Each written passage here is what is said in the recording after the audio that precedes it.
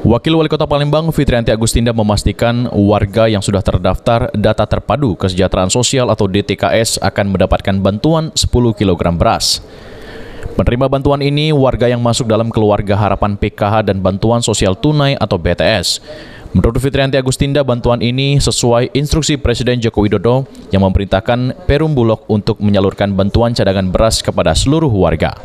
Sebanyak 48.501 warga Palembang akan mendapatkan bantuan 10 kg beras per kartu keluarga. Diharapkan dengan adanya bantuan ini dapat membantu warga yang terdampak kebijakan pengetatan PPKM Mikro dan dampak pandemi COVID-19.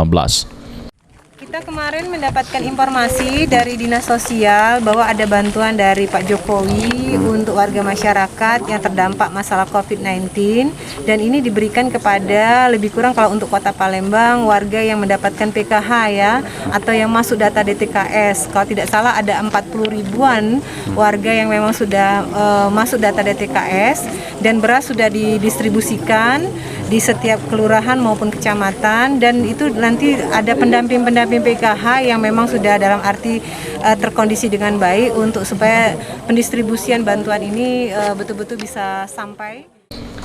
Pemerintah Kota Palembang sudah mulai menyalurkan bantuan program PKH dan BTS berupa beras 10 kg ini secara bertahap yang dimulai dari kantor pos di tingkat kelurahan dan kecamatan di wilayah Kota Palembang. Abidin Riwanto, PAL TV.